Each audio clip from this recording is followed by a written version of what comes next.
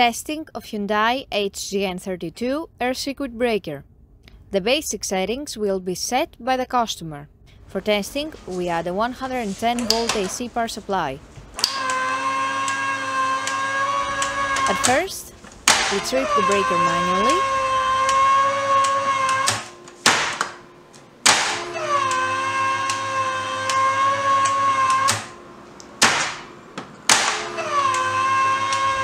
Then, we trip the breaker with the help of the UVT.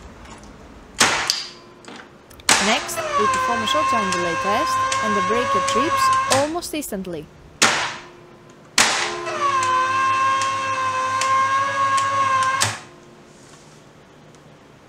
Lastly, we perform a long-time delay test and the breaker trips after about 15 seconds.